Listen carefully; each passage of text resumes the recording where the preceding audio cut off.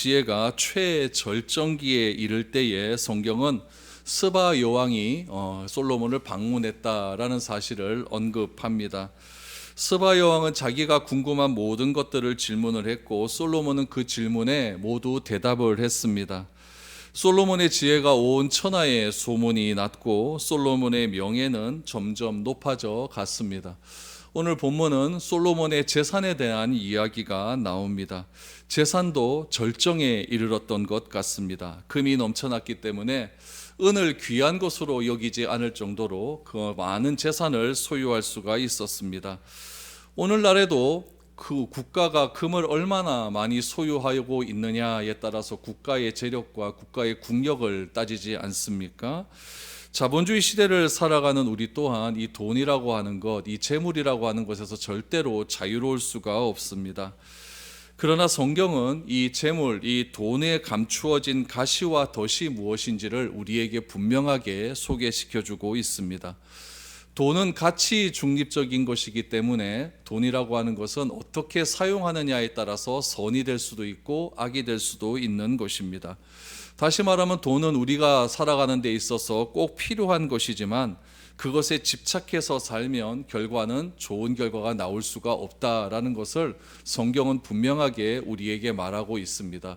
오늘 본문에서도 솔로몬이 가지고 있는 그 많은 재산들, 솔로몬이 가지고 있는 지혜, 이런 것들이 이방 국가에서는 다 하나님이 주신 것으로 그렇게 인정하고 있는데 유독 보면 솔로몬만 그것을 인정하고 있지 않은 것 같습니다.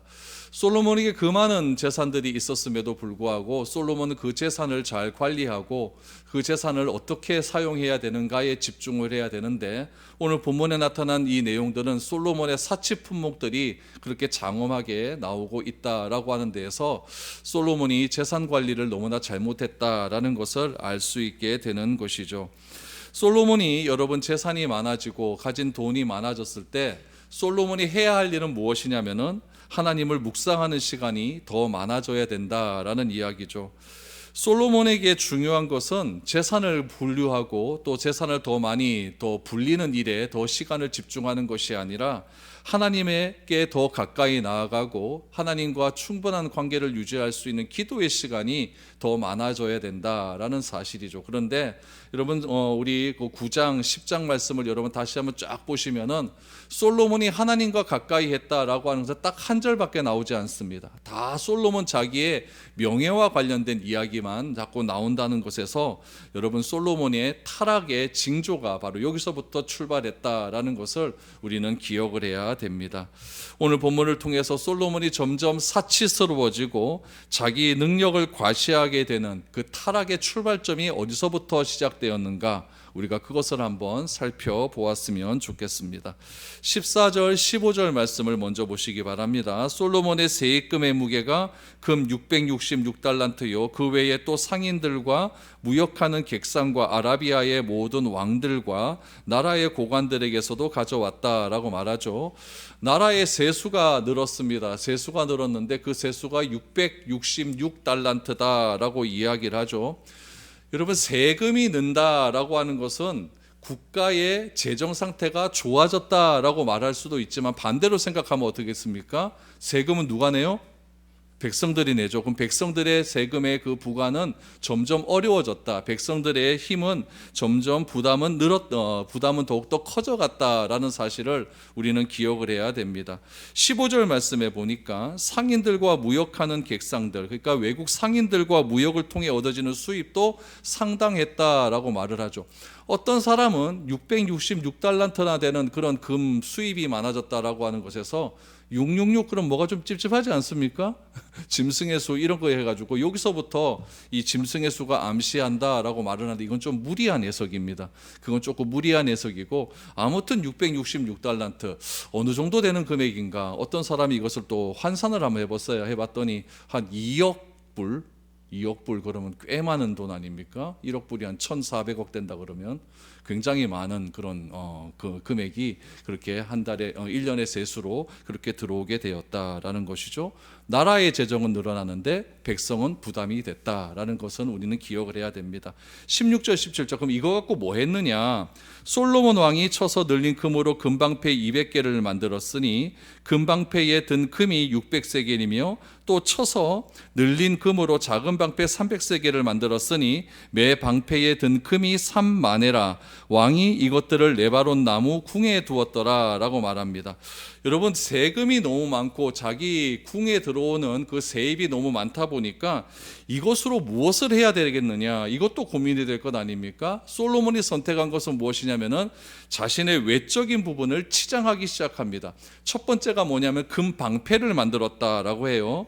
순금으로 금방패 200개와 작은 방패 300개를 만들었습니다. 이런 방패의 사용 용도가 뭐냐면 전쟁터에 나가서 칼로 날아오는 것, 또 화살로 날아오는 것, 자기 몸을 보호하는 데 사용하는 것이 방패 아닙니까? 근데 금으로 방패를 만들었다 그러면 금방패를 가지고 전쟁터에 나갈 수 있을까요?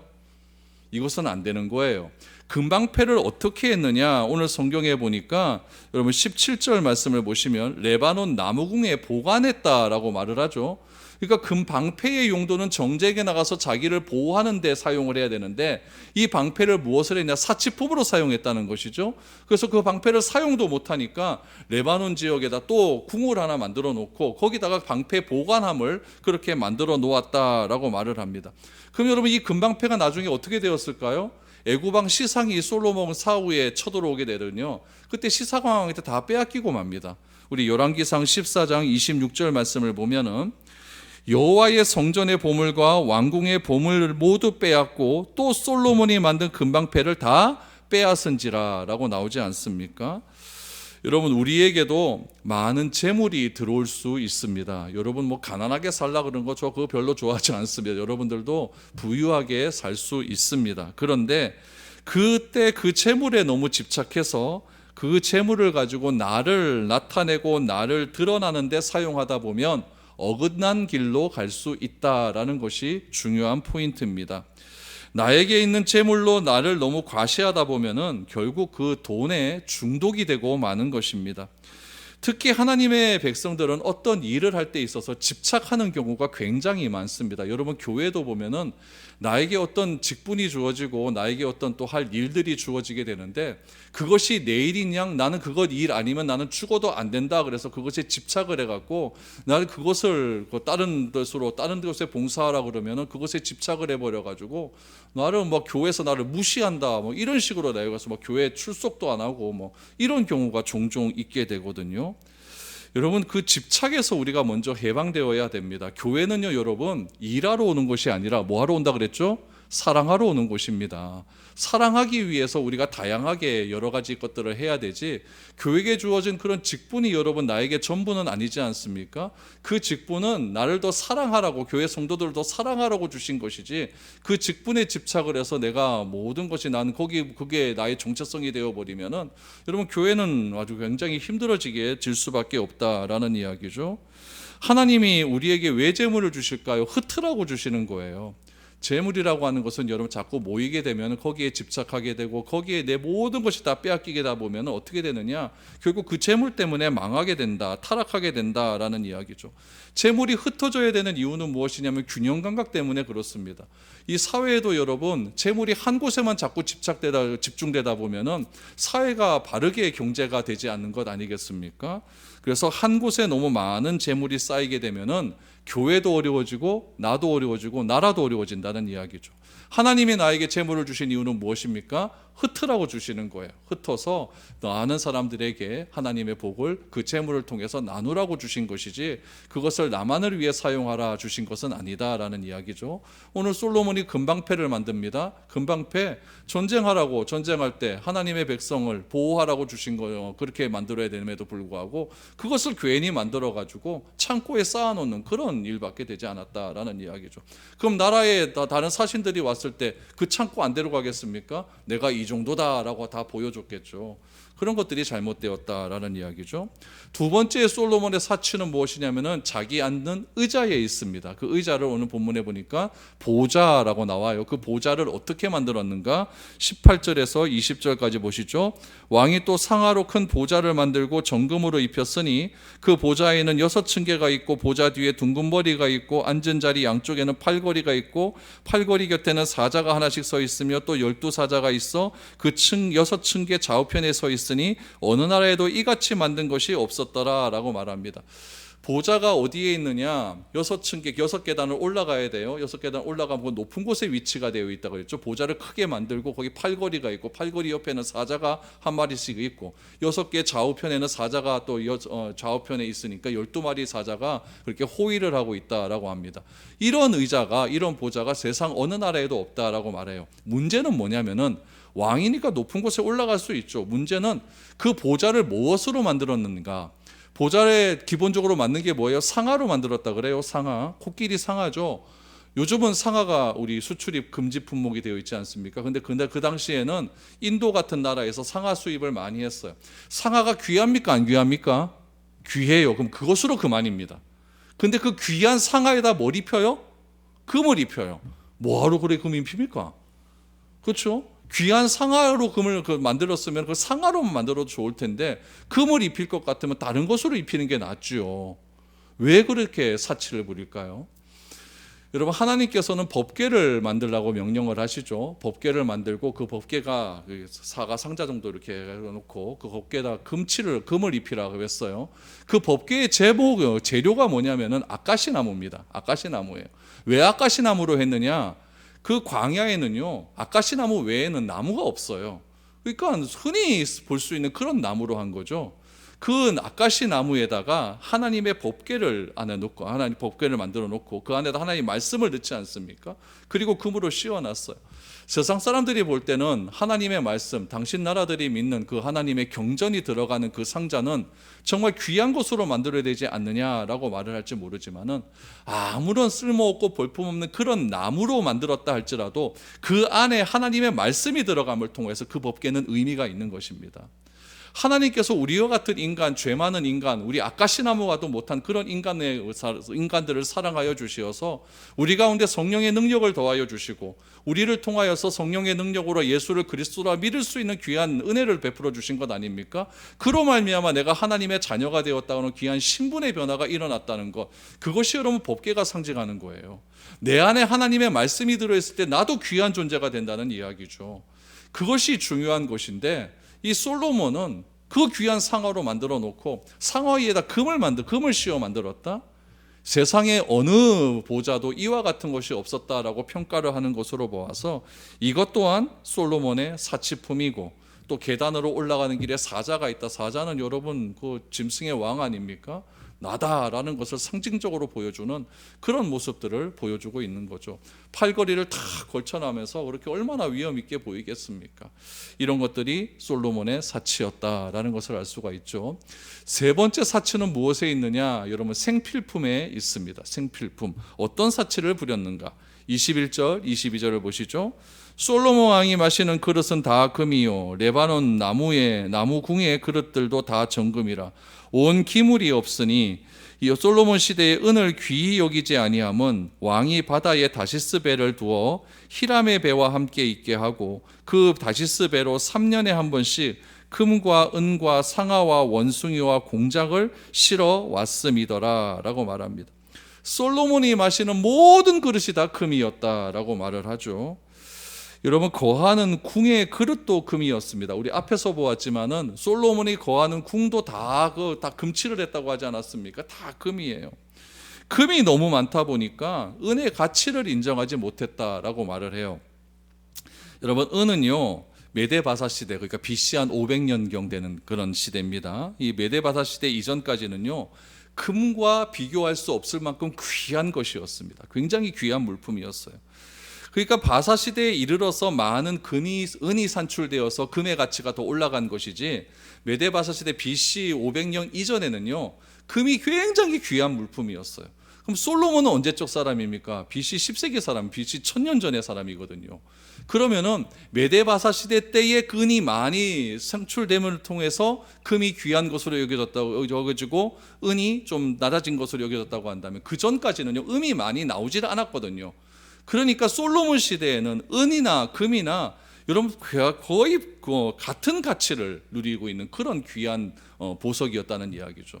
근데 솔로몬 시대 때 은을 뭐같이 여겼다? 돌같이 여겼다라고 하는 것은 얼마만큼 솔로몬 시대에 그런 사치가 심했다라는 것을 알 수가 있죠. 특별히 그 금과 은이 수입이 되는데 22절 말씀에 보면은 왕이 바다에 배를 두어 다시스 배를 두었다라고 이야기를 해요. 그럼 다시스라고 하는 것은 어디냐면은 스페인 남부 해안 도시입니다. 우리 요나도 다시스로 도망가다가 큰일 당하지 않습니까? 그러니까 그 당시 사람들이 생각하는 땅 끝이 다시스였다는 이야기예요. 그럼 이스라엘 입장에서 보면은 이스라엘 중심으로 해서 서쪽으로 가는 쪽이거든요. 서쪽으로 가는 쪽. 여기 또 보시면은 22절 하반절에 보면은 금과 은과 상아와 원수기와 공작이 나와요. 특별히 여러분 금과 은은 다시스 쪽에서 많이 수입을 해왔고 상아와 원숭이와 공작은 어디서 수입해 왔냐면 인도에서 수입을 해왔습니다. 그러면은 인도는 이스라엘로 따지면 동쪽 아닙니까? 그러니까 다시스에서 오는 배를 뭐라고 불렀냐면 다시스 배라고 그렇게 부른 거예요. 은을 싣고 오는 배를 다시스 배라고 부른 거죠. 그러니까 이스라엘 그 홍해를 중심으로 해서 에시온 계배를 중심으로 해서 동쪽으로 가는 항로가 있고 서쪽으로 가는 항로가 있고 두 개의 항로가 있었다는 이야기예요. 그 두 개의 항로가 있었는데 이 동쪽으로 가는 항도, 인도로 가는 항도는 어떻게 되었느냐? 3년에 한 번씩 들어오게 되었다는 이야기죠. 이스라엘에서 출항을 해서 여기저기 들렸다가 인도 들렸다가 다시 그것을 품고 싣고 이스라엘로 돌아오는데 3년이 걸렸다라고 이야기를 해요. 그러니까 22절의 말씀에 보니까 그런 이야기가 나오져 있는 것이죠. 그 솔로몬의 그 무역항이 동쪽 항이 하나 있었고 서쪽 항로가 그렇게 하나 있었다라고 이야기를 하고 있습니다. 특별히 인도에서 수입해오는 물건들이 무엇이었느냐? 원숭이와 공작을 싣고 왔다 그래요. 저도 어릴 때 저기 저 돌섬 마산 가면 돌섬 가는 데 있거든요. 제가 어릴 때 돌섬에 가보니까 서커스 하는 데가 있었어요. 서커스 하는 데 가보면 막 공작이 나오고 막 원숭이 쇼를 하고 막 이랬던 기억이 있거든요. 그거 원숭이 쇼 보면 되게 재밌어요. 막 웃기고 막 그랬다는 이야기죠. 이스라엘 땅에는 원숭이가 있었다라는 이야기는 없습니다. 없고 인도에는 원숭이가 있었죠. 그러니까 인도에서 훈련된 원숭이를 가져다가 왕이 자치 열리고 파티 열릴 때 원숭이 쇼를 했다라는 이야기고, 공작이라는 것은 날개를 피면 굉장히 이쁘지 않습니까? 그런 것들을 보여주면서 아주 호화롭게 잔치를 했다라는 사실을 알 수 있게 되는 것이죠. 그러니까 이 귀한 원숭이가 이까지 수입대가 와서 그렇게 사람들의 그런 기쁨의 재롱잔치를 하는데 그런 일에 사용되었다라고 말을 하고 있는 것이죠. 여러분, 이처럼 이렇게 생필품에도 굉장히 큰 사치품이 여겼습니다. 그것을 어떻게 얘기하고 있느냐? 23절 25절에 보니까 솔로몬 왕의 재산과 지혜가 세상의 그 어느 왕보다 큰지라 온 세상 사람들이 다 하나님께서 솔로몬이 주신 마음에 주신 지혜를 들으며 그의 얼굴을 보기 원하여 그들이 각기 제 예물을 가지고 왔으니 곧 은그릇과 금그릇과 의복과 갑옷과 향품과 말과 노새라 해마다 그리하였더라 라고 말합니다. 중요한 것은 여러분 24절 말씀입니다. 온 세상 사람들은 알고 있었다라는 이야기죠. 지혜와 모든 것들을 누가 주셨다? 하나님께서 주신 것임을 알고 있었다라는 거죠. 하나님이 주신 지혜의 말씀을 듣기 위하여서 그냥 온 것이 아니라 여러 가지 값비싼 물건들을 들고 솔로몬을 찾아왔다라는 이야기입니다. 그러니까 솔로몬도 이 점을 분명히 인식하고 있어야 된다는 이야기예요. 아, 내가 누리고 있는 이 모든 것들은 하나님께서 주신 것이다 라는 것을 분명히 인식하고 있어야 되는데, 나의 명예가 조금 많아지고 나의 재산이 점점 많아지고 나를 찾는 사람들이 많아지게 되면 그때부터 사람들은 점점 변해지기 시작한다라는 이야기죠. 솔로몬도 지금 그런 상태에 있다라는 것입니다. 특별히 여러분, 그 변하는 마음이 어떤 것에서 알 수가 있냐면은 솔로몬이 말과 마병을 많이 모았다라는 데서 알 수가 있습니다. 26절을 보십시오. 솔로몬이 병거와 마병을 모음에 병거가 1,400대요 마병이 12,000명이라 병거성에도 두고 예루살렘 왕에게도 두었으며 라고 말합니다.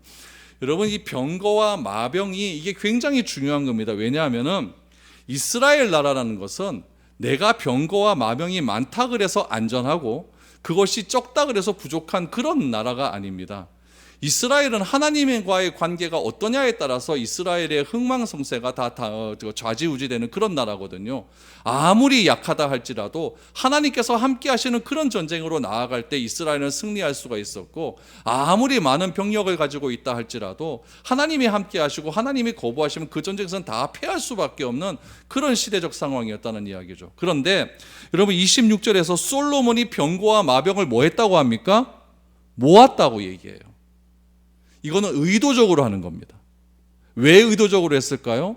그것을 병거를 1,400대고 마병이 12,000명인데 그것을 병거성에도 두고 예루살렘 왕에도 주었다라고 이야기를 하죠. 그러니까 자기의 국력을 자기의 힘으로 내가 국방을 다스리겠다라고 하는 그런 마음들이 굉장히 많았다라는 이야기죠. 병거가 여러분 1,400대라고 이야기합니다. 마차가 1,400대예요.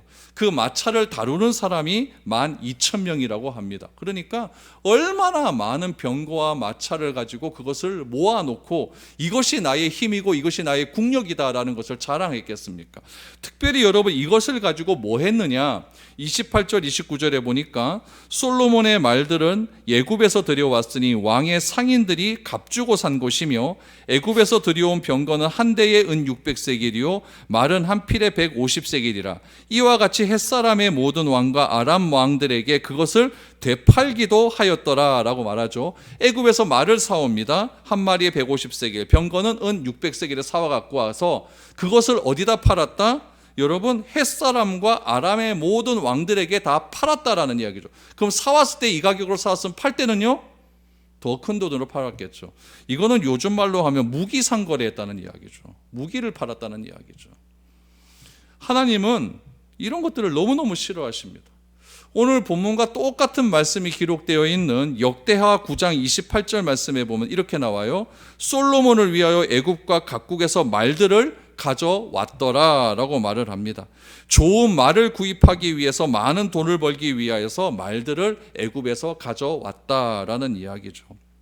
솔로몬은요 국방과 장사라고 하는 두 마리 토끼를 한꺼번에 가지고 있을 만큼 머리가 비상하게 돌아가는 그런 사람이었다라는 거죠. 근데 솔로몬의 이러한 행동들은요 하나님께서 이미 금지한 그런 행동이었습니다. 우리 잘 아시겠지만 신명기 17장 16절 말씀을 보시죠. 그는 병마를 많이 두지 말 것이요 병마를 많이 얻으려고 그 백성을 애굽으로 돌아가게 하지 말 것이니 이는 여호와께서 너희에게 이르시기를 너희가 이후에는 그 길로 다시 돌아가지 말 것이라 하였음이며 라고 말합니다. 두 가지 의미가 있죠. 하나는 애굽으로 돌아가지 말라는 것은 과거의 일을 기억하지 말라는 거죠. 과거에 애굽에서 있었던 모든 일들은 기록하지 말아라. 두 번째로 또 하나는 너가 너 자신을 지키려고 애쓰지 말라라는 이야기죠.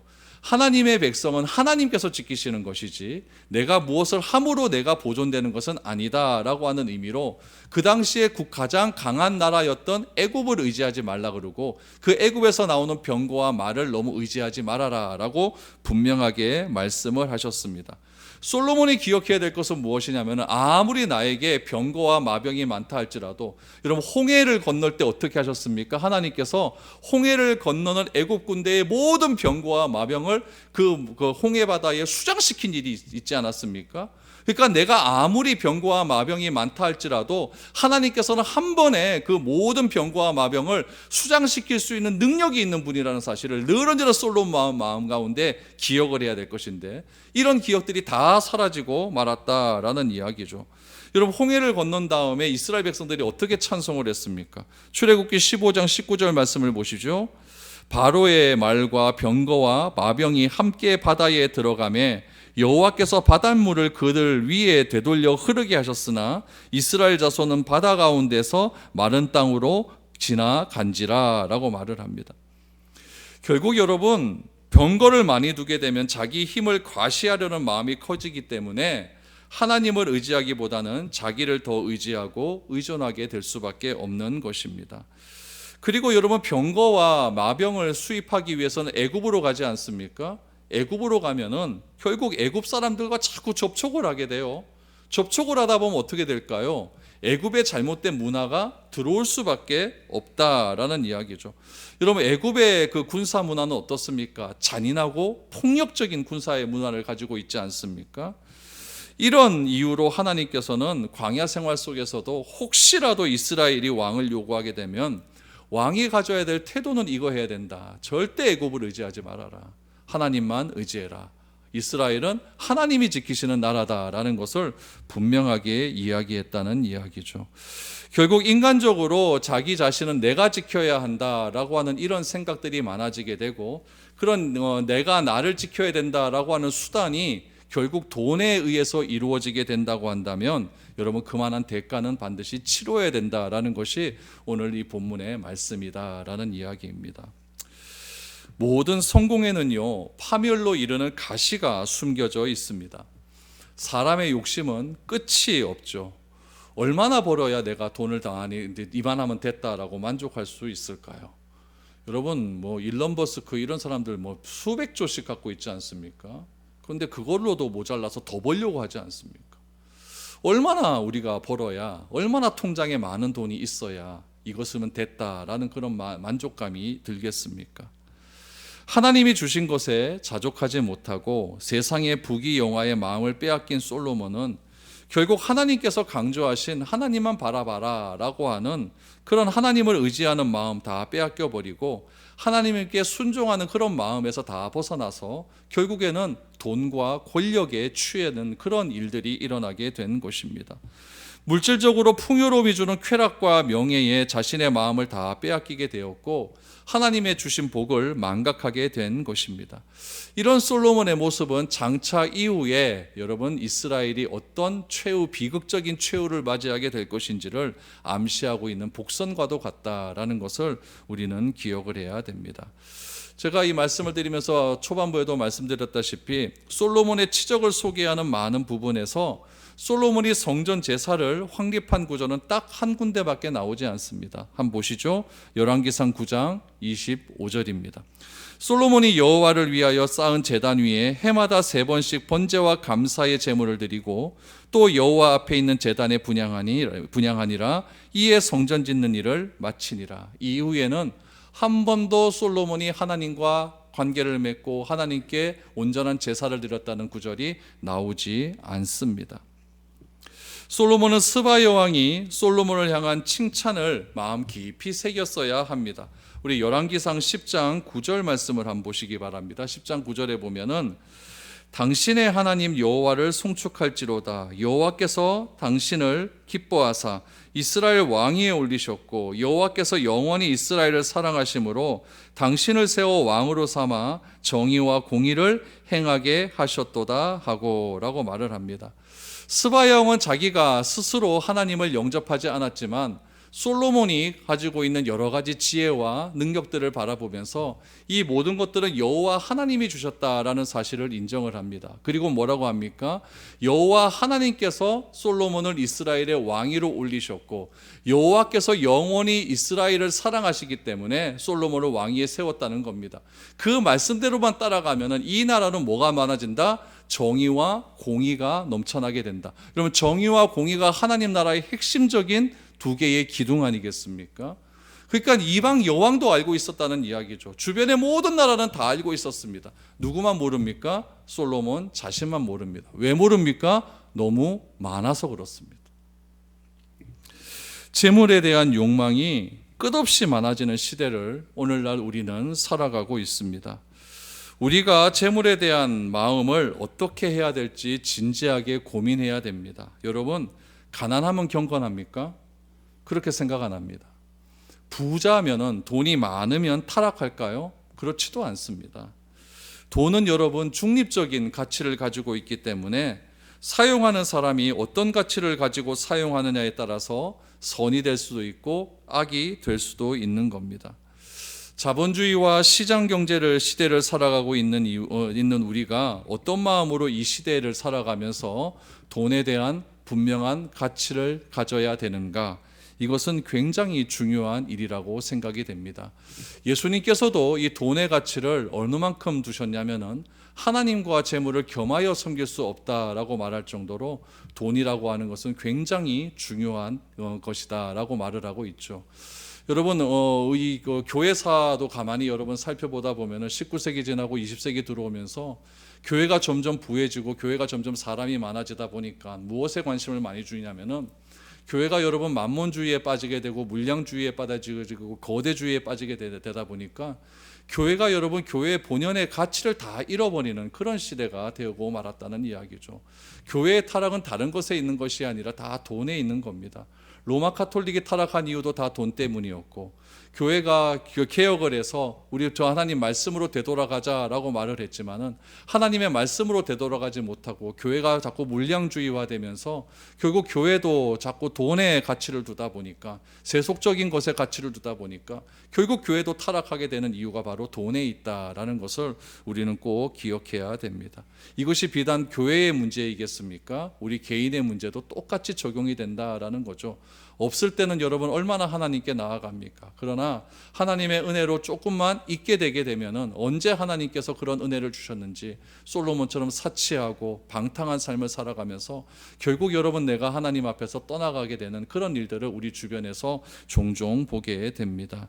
어떤 마음으로 돈을 생각해야 될지 솔로몬의 삶을 통해 잘 기억하시고 하나님께서 여러분들에게 주신 물질을 잘 사용할 수 있기를 바랍니다. 그래서 그 물질이라고 하는 그 돈이라고 하는 도구를 통해서 하나님을 어떻게 나타낼 수 있는가, 여기에 집중하시면 됩니다. 그렇게 하셔서 이 물질을 통해 하나님을 더욱더 드러내고 하나님을 더욱더 나타내고 하나님께 영광을 위해 사용할 수 있는 우리 모두가 되어야 될 것입니다.